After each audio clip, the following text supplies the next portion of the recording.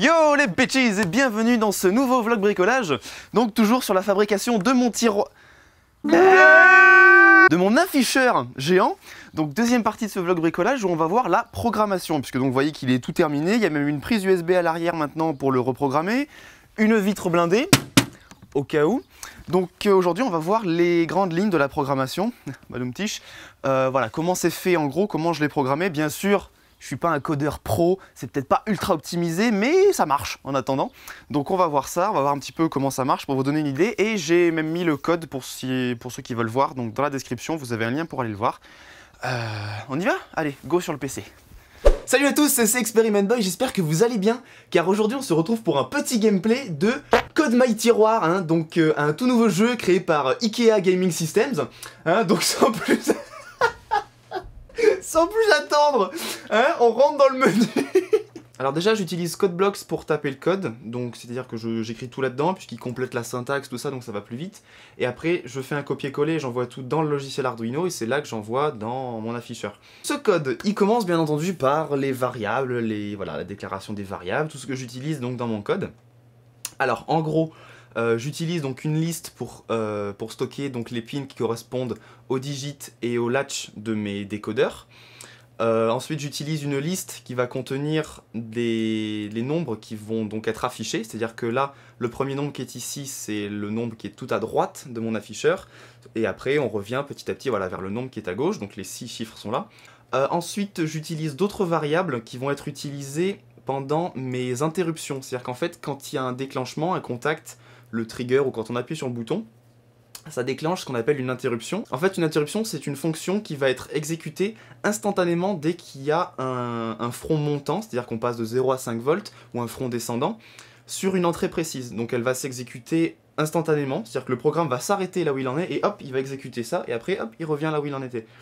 Donc en fait, je m'en sers pour récupérer des temps, T0, T1 et TV0, TV1, des temps donc qui vont me servir après pour faire des calculs, de calcul du temps qui reste, des calculs du temps au moment où on appuie, des calculs de vitesse, tout ça. Ensuite j'ai ici des variables booléennes, donc vrai-faux, qui correspondent au trigger, c'est-à-dire que dès que je fais un contact dans le trigger 1 ou le trigger 2, cette variable passe à faux, et ça m'évite si jamais il y a un rebond, de le déclencher 2 fois d'affilée. Anti-rebond, ça c'est une fois qu'on a appuyé sur un bouton, je vais vous montrer comment j'ai fait, c'est pour éviter qu'ils croient qu'on a appuyé plein de fois sur le bouton alors qu'on a appuyé qu'une fois. Après, donc pour gérer les différents réglages, les différents modes d'unité, tout ça, j'ai des variables ici qui vont changer de valeur. Donc par exemple, si la variable vmod vaut 1, on est dans le mode compteur. Si elle vaut 2, c'est décompteur. Pareil pour l'unité, pareil pour le sous-mode. Donc ça, voilà. Et après, donc j'ai voilà, j'ai des listes qui contiennent les réglages. Ensuite, donc ça c'est toutes mes listes qui vont contenir les heures, les minutes, les secondes, ou bien minutes, secondes, centièmes, voilà, ça c'est en fonction du compteur. Ensuite là je déclare mes sorties, donc les pins qui correspondent aux sorties, là mes entrées, là j'importe les librairies qui vont me servir pour l'affichage à l'écran, et on arrive donc au setup. Le setup dans lequel je définis donc mes interruptions, ça renseignez-vous, vous verrez que c'est assez simple à utiliser. Après je définis mes modes, mes pins en sortie, mes pins en entrée, voilà tout ce qu'il faut. J'ai une fonction qui remet tous mes digits bien à 0, donc ça m'affiche 0, 0, 0, 0, 0. Et donc avant de voir tout le détail des fonctions, on va voir déjà comment ça se déroule en fait dans le loop. Dans ma boucle infinie, en fait, ce qu'elle fait tout simplement, c'est qu'elle appelle à la suite les fonctions qui font le déroulement de mon afficheur. C'est-à-dire qu'au départ j'ai une fonction menu qui va afficher visuellement le menu à l'écran. Après j'ai ma fonction mode pour sélectionner le mode, smode pour sélectionner le sous-mode, après unité c'est pour régler, vous savez, l'unité entre heure, minute, seconde, tout ça. Réglage, c'est la fonction où là on va effectivement régler, réglage quoi. La fonction standby OK, donc c'est la petite fonction où une fois qu'on a validé, il attend qu'on rappuie une deuxième fois sur valider avant de passer en standby où il attend qu'on déclenche. Donc ça c'est pour éviter que ça se déclenche tout seul ou qu'on... voilà. Et après donc la fonction standby qui, elle, va appeler plein de petites sous-fonctions en fonction du mode qu'on a choisi pour faire le déclenchement. Donc voilà. C'est un petit peu lourd, mais s'il y en a que ça intéresse, au moins vous aurez compris comment ça marche. Donc en premier, la fonction menu, elle fait rien, elle affiche juste, elle nettoie l'écran, elle affiche timer, mode, voilà, elle affiche tous les petits trucs qui sont là. Ensuite, la fonction mode, je vais vous expliquer le fonctionnement global de comment j'ai géré les boutons Donc c'est pas forcément optimisé, mais on s'en fout, c'est un menu, on s'en contre-branle, ça marche, c'est tout ce qu'on veut. Donc, effectivement, vous l'aurez peut-être remarqué si vous avez commencé à bidouiller l'Arduino, on a un problème quand on appuie sur un bouton, parce que dès qu'on appuie, ça fait un contact. Donc si on essaie de regarder quand la valeur passe à vrai, enfin quand on a 5 volts sur une entrée, bah, il va rentrer dedans, et si on fait pas quelque chose, bah, il va faire un truc à l'infini. Donc là, en fait, je vérifie que je n'ai pas appuyé sur le bouton OK. C'est-à-dire qu'en gros, tant que j'ai pas appuyé sur le bouton OK, bah, il reste dans la fonction mode. Si j'appuie sur le bouton de droite, à ce moment-là, si mon réglage il est déjà égal à 4, c'est-à-dire si je suis sur le dernier menu, bah, hop, je repasse au premier. Et dans tous les autres cas, bah, je fais +1. Et donc après, j'ai une fonction affiche mode. C'est-à-dire que pour chaque fonction, j'ai la fonction qui, elle, fait les calculs, fait le réglage, tout ça, et j'ai une fonction qui affiche le résultat à l'écran. Donc j'ai mode, affiche mode, sous-mode, affiche sous-mode, réglage, affiche réglage, voilà, je fonctionne comme ça. Et donc là, en fait, ma technique, c'est que je crée une boucle infinie, là, tant que mon bouton est appuyé. Donc en gros, dès que j'appuie sur le bouton, la C Digital Read de mon bouton de droite, donc dès que j'appuie, il rentre là-dedans, il exécute, hop, il change le mode, et tant que je reste appuyé, il reste là, il reste coincé. Et dès que je lâche à ce moment-là, ben, hop, il repart, et il attend un tout petit délai, parce qu'au moment où on lâche, des fois, le bouton rebondit, et ça risque de faire 2 contacts. Après, donc, on passe à la fonction sous-mode. Là, ça devient un peu plus compliqué, puisque donc chaque mode n'a pas les mêmes sous-modes. Ensuite, comme dans la fonction précédente, je viens d'appuyer sur le bouton OK. Là, c'est pareil, si je gère pas mon truc, dès que je vais rentrer dans ma fonction sous-mode, hop, il va regarder, ah bah non, il appuie sur OK, boum, il va passer toutes les fonctions. Donc en gros, dès que j'appuie ici sur OK, je quitte la fonction mode, et quand je rentre dans la fonction sous-mode, elle va continuer une fois que j'aurai lâché le bouton. Et donc on passe là au réglage de l'unité. Donc je fais un switch, je regarde ce que vaut la variable sous-mode. Si c'est un temps, c'est-à-dire qu'en fait j'ai 3 paramètres de temps qui sont heure, minute, seconde, ou minute, seconde, centième, ou millième, seconde, millième de seconde. Donc voilà, là je cycle entre les 3 valeurs, là c'est pareil. Pour la vitesse, bah, si on est en km/h, je passe en mètres secondes, si on est en mètres secondes, je passe en km/h, voilà, tout bêtement. Donc là c'est la fonction qui affiche l'unité, en fonction de ma variable unité. Après, j'ai la grosse, mais alors très très grosse, c'est très horrible fonction réglage. Donc là, la fonction réglage, elle est complètement dégueulasse, hein. C'est très lourd. C'est pareil, là, il faut regarder en fonction du sous-mode, en fonction du mode, en fonction de l'unité que j'avais avant. Donc ça fait un gros truc affreux. C'est-à-dire que je commence par regarder si mon unité, c'est heure, minute, seconde ou minute, seconde, centième. Ben, rappelez-vous les listes qui sont là. Ben, je vais modifier ces listes-là, puisque ça va être heure, minute, seconde, ou alors minute, seconde, centième. Mais si c'est millième de seconde et seconde, ben à ce moment-là, j'ai une autre liste à modifier. Vous voyez, voilà, c'est tout ce genre de trucs auquel il faut penser. Alors, ce petit truc là que je vais détailler, c'est comment j'ai fait pour gérer le retour à 0 si jamais je dépasse 59 secondes, par exemple, dans mon réglage. Donc, il y a 2 méthodes pour faire ça. Soit vous testez, si votre variable dépasse 59, à ce moment-là, vous dites qu'elle est égale à 0, tout bêtement. Ou si jamais elle devient négative, vous lui dites qu'elle est égale à 59. Alors attention, parce que si vous utilisez des types de variables du style byte, octet, la valeur est toujours positive. Donc si vous faites 0 moins 1, ça fera 255. Faites gaffe avec ça, j'ai eu des gros soucis, des trucs de dingue qui m'arrivaient, et c'était que des choses comme ça. Donc faites gaffe que vos variables puissent bien aller dans les négatifs, un tout petit peu au moins, pour que vous puissiez gérer ça. La deuxième technique, c'est d'utiliser les modulos en mathématiques. Donc le modulo, en fait, c'est le reste de la division euclidienne par un nombre. Donc j'explique ça simplement. Si par exemple vous faites 10 modulo, je sais pas, 4, ça va être égal à 2. Parce qu'en fait, vous pouvez mettre... vous comptez en fait le nombre de fois que vous pouvez mettre 4 dans 10, vous pouvez le mettre 2 fois, ça fait 8, et il reste 2. Et ça, donc le résultat du modulo, c'est ce reste, effectivement. Donc du coup, quand je fais un modulo 60, le reste, eh ben, ça va être forcément un résultat entre 0 et 59. Parce que si je fais 55 modulo 60, ça fait 55. Puisque je peux pas mettre une seule fois 60 dans 55. Mais si vous faites 63 modulo 60, oups, hop, là ça fait 3. Et vous voyez, ben, vous rebouclez automatiquement sur 60. Alors donc là je fais mes réglages, si j'appuie sur le bouton de droite, je passe d'un réglage à l'autre. Donc j'ai une variable réglage qui fait 0, 1 et 2 en fonction de l'indice de la liste que je suis en train de régler. C'est-à-dire si je suis en train de régler heure, les minutes ou les secondes, en gros. Après, si j'appuie sur plus ou moins, bah, j'augmente ou je diminue cette variable. Je vérifie toujours qu'elle ne dépasse pas 99 si c'est les heures, 59 si c'est les secondes. Enfin, vous voyez, voilà, c'est que des trucs comme ça. Alors, ensuite, bah, j'ai la fonction affiche réglage, pareil. Elle affiche donc les nombres, tout ça. Et elle affiche également le réglage directement sur les digits. Donc là, ce que je fais, c'est que je fais un découpage en fait de mes nombres qui sont dans les listes pour l'afficher dessus. Si j'ai un 59 à afficher, le problème c'est que je peux pas envoyer 59 dans un nombre. Il faut que je découpe ça en un 5 et en un 9. Donc ce que je fais, c'est que j'utilise pareil la technique des modulos. Où je sais pas, j'ai 42 que je veux découper en un 4 et un 2. Pour donc écrire le 4 à la position où il faut dans ma liste et le 2 à sa position aussi. Ce que je fais, c'est que je fais donc une division pour récupérer, donc là, sur un nombre à 2 chiffres, si je veux récupérer les dizaines, je fais juste diviser par 10. Ça va faire 4. Le virgule 2, comme c'est un nombre entier, il dégage. Et donc je me retrouve avec un 4, et là, je peux mettre mon 4 là où il faut.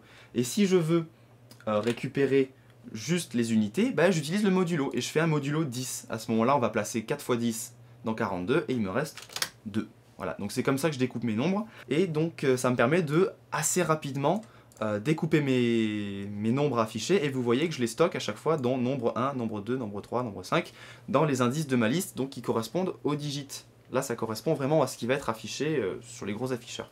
Et donc, une fois qu'on a validé le réglage, standby OK, bah, c'est ce que je vous ai dit. Hein, c'est en gros, j'attends, je reste là. Tant qu'on a appuyé sur le bouton OK pour valider, hop, il reste. Je fais un anti-rebond x3, comme ça je suis sûr qu'on n'a rien fait. Et donc, tant qu'on n'a pas appuyé sur le bouton OK, il reste là. Et donc là, j'arrive dans ma fonction standby. Donc la fonction standby, en fait, elle, ce qu'elle fait, c'est qu'elle prépare au déclenchement. Donc si j'ai un mode de compteur de temps ou des compteurs de temps ou quoi, il va calculer en fait en millisecondes ce que ça donne le réglage que j'ai mis. Puisqu'en fait l'Arduino, il y a une fonction qui est très pratique qui est millis, milli-s, qui s'écrit comme ça. Et en fait, cette fonction, elle retourne le nombre de millisecondes depuis que l'Arduino est démarré. Donc ce que je fais, en gros, c'est que je calcule le nombre de millisecondes qui correspond à mon réglage, et au moment où je vais déclencher, je récupère le temps auquel j'ai appuyé, donc ce sera mon temps T0 en fait, T0 et TV0 dans les variables, et je vais immédiatement additionner ce temps que j'ai calculé, donc Tadd, je vais l'additionner ce temps, en fait il va calculer immédiatement le temps à la fin, donc il va savoir à quel nombre de millisecondes lui va devoir s'arrêter. Et une fois que j'arrive à mon temps final, donc c'est-à-dire le temps qu'il a calculé là, enfin le temps auquel j'ai appuyé, plus le temps à additionner, bah hop, il fait son déclenchement et il s'arrête. Donc là, ma fonction standby, immédiatement, dès que j'ai appuyé, elle va aller exécuter des millions de sous-fonctions qui correspondent spécifiquement au mode et au sous-mode que j'ai sélectionné. Alors oui, c'est dégueulasse, mais du coup, ça évite de faire ça évite de vérifier quel mode j'ai ou quel sous-mode j'ai à chaque fois.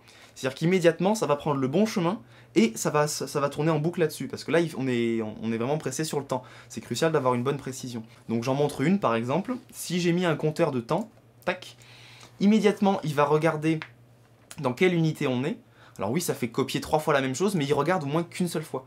Donc il regarde si, par exemple, on est en minutes, secondes, centièmes. Donc c'est cette variable-là. Tant qu'on n'a pas appuyé, donc tant qu'on n'a pas trigué, il reste coincé là. Et là, vous voyez qu'il calcule le temps de fin. C'est ce que je vous ai dit, donc c'est le temps auquel il va devoir s'arrêter. Donc il sait que dans 3 minutes, si j'ai mis 3 minutes, hop, il va calculer, bon dans 3 minutes je dois m'arrêter. Donc il prend le temps T0, c'est le temps auquel j'ai appuyé sur le trigger, plus le temps à additionner 1. Et en gros, là, ma variable terminée, elle est fausse. Et donc tant qu'elle est fausse, il tourne. Et elle passe à vrai quand je suis arrivé à la fin de mon compteur. Je calcule et j'affiche. Calcule, affiche, calcule, affiche. Je calcule mon temps écoulé, je le divise par 3 600 000 pour avoir le nombre d'heures. Parce que c'est un nombre de millisecondes, donc je le découpe en heures. Je le découpe en minutes, puis en secondes. Ça, après, je fais mes modulos et mes divisions pour découper les chiffres qu'il va falloir afficher. Et après, j'ai juste affiche digit. En fait, ma fonction affiche digit, elle va prendre ce qui est dans les nombres et elle va l'envoyer dans les décodeurs qui vont l'afficher là où il faut. C'est lourd, mais au moins, une fois que le programme s'est fixé dans une fonction, il reste dedans et il vérifie pas constamment quel mode on est, quel mode, voilà. Ma fonction affiche digit. Les décodeurs, vous savez, la grosse plaque avec tous les petits cafards, c'est là où les décodeurs sont utiles. En gros, je le disais, les décodeurs me permettent d'écrire le nombre en binaire, donc sur 4 entrées, et eux vont se charger d'envoyer le courant là où il faut pour écrire les bons segments pour afficher un chiffre sur un set segments. C'est à ça que servent les décodeurs. Donc ce que je fais moi, c'est que je fais tourner 2 boucles. Donc j'ai une première boucle qui va tourner donc pour les 6 chiffres, et pour chaque chiffre, je vais parcourir les 4 bits qui correspondent à ce chiffre. J'ai une petite sous-boucle qui donc pour le nombre que je suis en train de regarder, l'indice I, je découpe, je récupère son écriture binaire au bit numéro n, c'est-à-dire au bit numéro 0, 1, 2, 3. Alors, je vais essayer d'imager un petit peu ça. Si vous avez le nombre 5 à afficher en écriture binaire, donc ça s'écrit 1, 0, 1, 0. Parce que donc ça, en binaire, ça vaut 1, ça vaut 2, ça vaut 4, ça vaut 8. Donc là, j'ai bien 4, plus 1, ce qui me fait 5. Donc en gros, ce que je cherche à faire, c'est envoyer 5 volts ici, 0 volts là, 5 volts ici, 0 volts là. Et ça, je vais l'envoyer en fait dans toutes les entrées, dans les 4 entrées de mon décodeur. Et donc voilà, en fait, je découpe mon nombre, je l'affiche, et je passe au nombre suivant. Je découpe mon nombre, je l'affiche, je passe au suivant. Et je fais ça pour les 6, et une fois que c'est fait, hop, c'est affiché. Là, j'ai tout mon afficheur qui est terminé. Les fonctions trigger, donc ça, c'est les petites interruptions, ce dont je parlais. Donc immédiatement, quand j'appuie sur le bouton, il va déclencher ça. Donc vous voyez que c'est très rapide, c'est très court, puisqu'il faut que ça s'exécute vite. Donc il vérifie déjà que j'ai pas déjà trigué. Rappelez, c'est la variable qui passe. Elle passe à vrai en fait si j'ai trigué, donc ça évite d'appuyer plusieurs fois et que ça déclenche plusieurs fois le truc. Donc immédiatement dès que j'appuie, donc si j'ai pas déjà appuyé, il récupère T0 le nombre de millisecondes depuis que j'ai démarré et TV0 le nombre de microsecondes depuis que j'ai démarré. Il y a une petite fonction, donc c'est pas ultra précis, mais en fait c'est pour le calcul de vitesse, parce que là j'ai besoin de temps très précis, donc où il faut un peu plus de nombre que la milliseconde. Le bouton pause. Une ligne, c'est pas beau ça? Le bouton pause, tout simplement, c'est une interruption. La variable pause, là, ça correspond au pin de mon bouton. Et donc, en gros, dès que j'appuie, hop, il exécute l'interruption. Et il reste dans une boucle infinie tant que je suis resté appuyé. Tout bêtement. Et donc, il reste là. Et là, ça se sert du gros avantage des interruptions, qui est que la variable millis, vous savez, la variable milliseconde, elle s'incrémente plus. C'est-à-dire que dès qu'on est là, hop, elle est bloquée. Le temps est complètement figé. Donc, du coup, quand je reste appuyé, il reste là. Il reste bloqué, mais dès que je lâche, il va reprendre là où il en était. Reset all, ça reset tout. Donc ça remet mes variables de trigger, ça remet tout à faux, terminé, ça le remet à faux, enfin voilà, ça réinitialise complètement tout. J'ai ma fonction relais qui envoie donc un signal dans le pin SIG, qui correspond en fait à ma sortie, la sortie relais qui se bascule. J'envoie un signal, et donc après c'est avec mon interrupteur à l'arrière que je décide soit de l'envoyer dans le relais, soit de l'envoyer juste sur le plus et le moins en bas. Et c'est tout, entre guillemets. Et un programme comme ça, on peut se dire, mais comment il a fait pour faire un truc comme ça? Je l'ai pas fait d'un coup. Ça se fait petit à petit. Je me dis, là, je veux qu'il fasse ça. Qu'est-ce qu'il faut que je fasse? Je vais utiliser une liste, je vais faire ça comme ça. Ça se fait progressivement. Alors, s'il y en a encore quelques-uns, peut-être 2 ou 3 personnes qui ont survécu et qui sont en train de regarder la fin de la vidéo maintenant, j'ai bien envie de faire une petite vidéo démo de l'afficheur sur ma chaîne principale. Là je vous le dis là parce que sur la chaîne secondaire je sais que vous êtes quasiment uniquement les personnes qui sont vraiment attachées à ce que je fais. Peut-être sur la chaîne secondaire ou sur la chaîne principale, dites-moi ce que vous en pensez. Mon petit tiroir, il est beau mon tiroir, il marche bien. Ça filme toujours? Cool, c'est bien. Donc écoutez, merci d'avoir regardé ce petit vlog. Merci de me soutenir dans mes fabrications, mes bricolages et tout. Autre petite chose, dites-moi, est-ce que ça vaut la peine pour vous de mettre, à partir de maintenant, des vlogs bricolage sur la chaîne principale? Parce que je vois que ça vous plaît énormément, j'ai des trucs où je déballe une scie, je fais 120 000 vues, je comprends pas. C'est un truc de dingue, donc apparemment ça vous plaît beaucoup. Mais j'ai un peu peur de sortir ce genre de vidéos sur la chaîne principale parce que j'ai habitué les gens à ne sortir que des grosses vidéos bien faites. Je sais pas, dites-moi ce que vous en pensez. J'aimerais bien faire ça en tout cas, parce qu'au moins ça ferait du contenu sur la chaîne principale. Voilà, c'est tout hein. Vive l'Arduino. Je sais pas quoi dire. En tout cas, bricolez bien. N'hésitez pas à vous lancer dans des projets, des trucs, n'ayez pas peur de ce genre de choses. Lancez-vous, posez-vous les questions, n'ayez pas honte de pas savoir. Faites des trucs, éclatez-vous, bricolez bien, prenez soin de vous. Et à la prochaine. Ciao. Yo. T'as vu, je mue, un délire. Enfin, Experiment Boy, il a 14 ans. Go sur le PC et go programmation. Allez, YOLO. Non, c'est pas vrai, j'ai écrit un texte pour faire cette intro, ça se voit. De mon affiche. Vas-y, je te nique là, vas-y, viens, vas-y.